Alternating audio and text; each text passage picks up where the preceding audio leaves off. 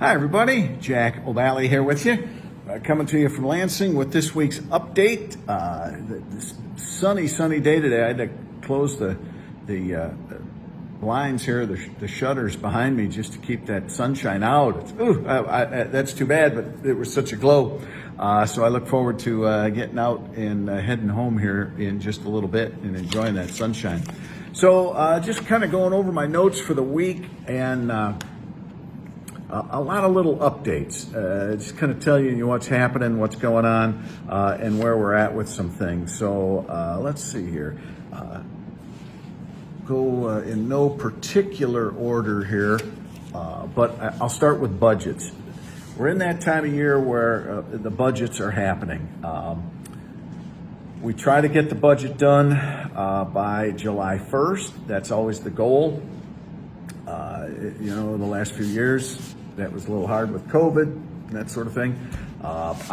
Constitutionally, October 1st is when we have to have the budget done, but we're going to try. So a lot's happening right now with the budget for next year. Remember, this is important. This is one of the things I think that people confuse the federal government with state government, because I always say we're similar in a lot of ways, Lansing and Washington, but there's a lot of differences, and one of those is we have to have a balanced budget. I think if we had a balanced budget in Washington, D.C., things would be a lot different, but here we are. But in Michigan, we have a balanced budget. So right now, budget talks are on.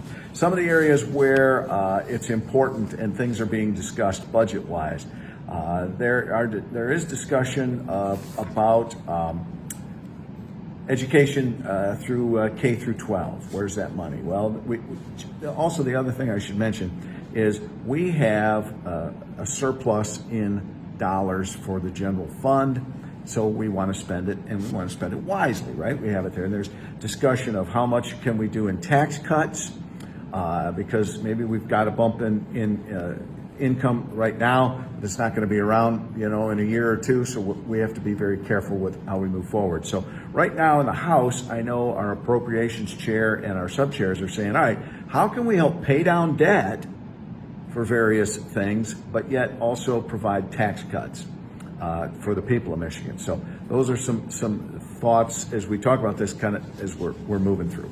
So one of the things is, what about K through 12 education?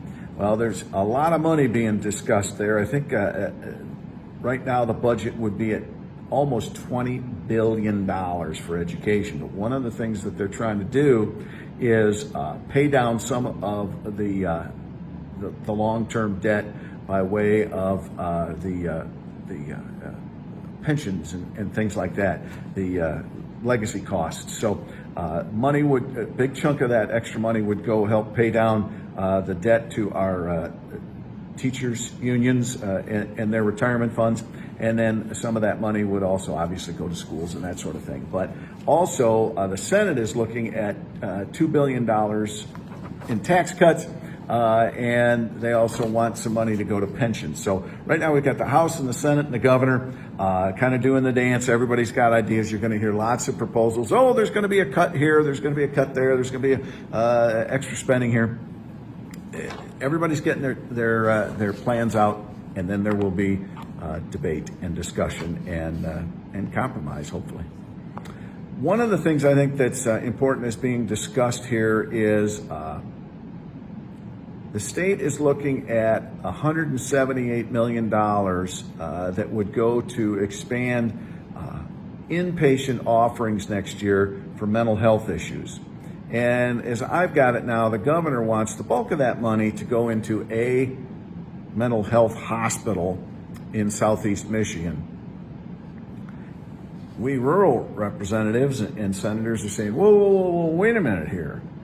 Think about that. All right, you've got this hospital, which is good, but it's way over here. We got people up here who need help.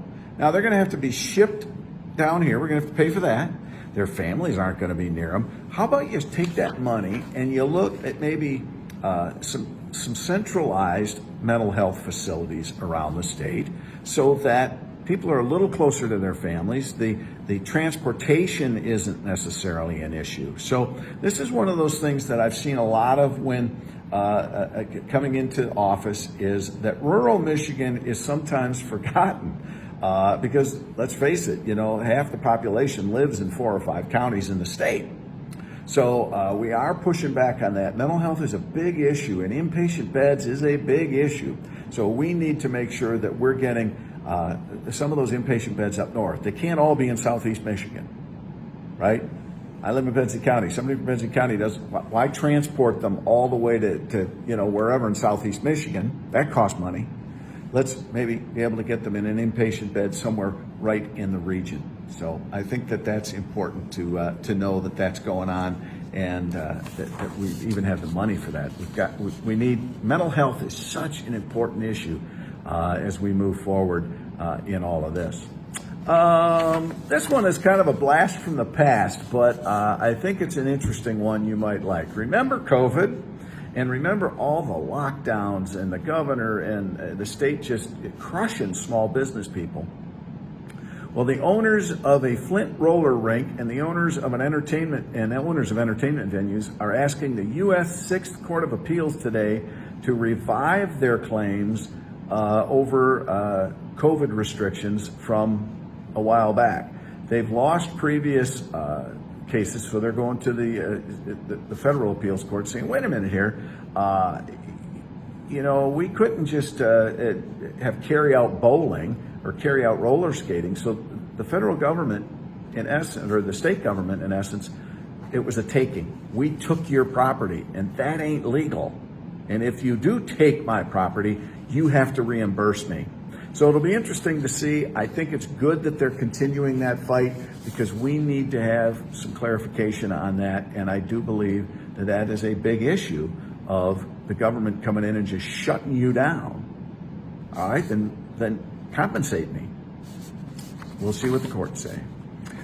This one, Graham Filler, good representative from DeWitt, has introduced a bill for a feasibility study on moving Michigan more towards nuclear energy. And it got a hearing the other day in the House Energy Committee. Rep. Filler says it would require the Public Service Commission to hire an outside consulting firm to conduct a feasibility study on nuclear energy generation in the state of Michigan. I think it's important. We've talked about this in updates past here of recent. Energy. I know everybody likes wind and solar and, we're going to be green and clean. But you need a base fuel. And if you're getting rid of coal, if you think that natural gas is a fossil fuel and you don't like it, somewhere we've got to have something. And nuclear needs to be part of this. And I know some people might, nuclear.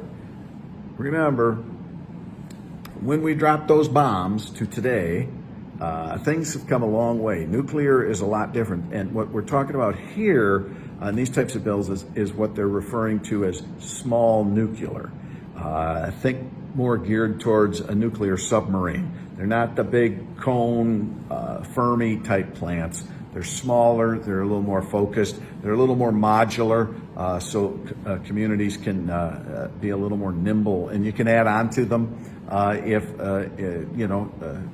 it increases demand. So something to think about, and I think it's a good idea. So small nuclear, and if you want green energy and you want the lights on, we've got to think of something because we keep eliminating all the base fuels. We have to do something. So something to think about. Also, a flashback to the COVID and all the UIA issues. A former unemployment insurance contractor who has been indicted for their role in stealing unemployment benefits. So those two folks, it was really the only high-profile case of actual prosecution. And they've been indicted now when I forget how much money they supposedly swiped. I don't think it says here, but as my memory is, they got, $3, $4, $5 million or more in their deal. So they were indicted. We'll see what the courts have to say. And lastly, yesterday I was honored. If you look back on this Facebook post today, there's some information on it.